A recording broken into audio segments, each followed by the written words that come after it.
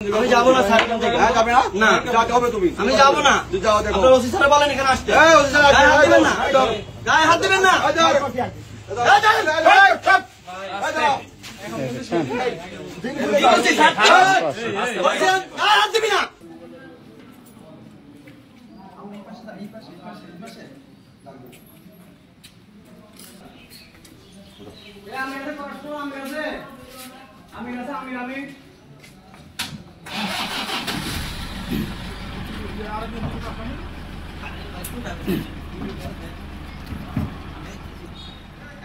জনিত সাংবাদিক নুর আলমের সহিত স্থানীয় কয়েকজন যুবকের গাড়ি ওভারটেকিংকে কেন্দ্র করে বিরোধ সৃষ্টি হইলে স্থানীয় যুবকগণ স্কয়ার হাসপাতালের সামনে সে প্রাইভেট কার গাড়িকে গতিরোধ করে, গাড়িতে থাকা ড্রাইভার এবং যাত্রীদেরকে মারধর করে।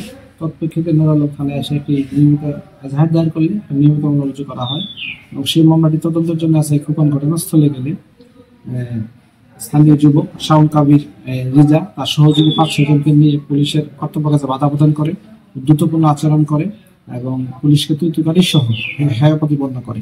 তৎপ্রেক্ষিতে তাকে সেখান থেকে গ্রেফতার করা হয়। এই শাওন কাবির রিজাকে অদ্য 12/3/2025 তারিখ মোট 2টি মামলায় গ্রেফতার পূর্বক বিগত সুপর্দ করা হয়েছে।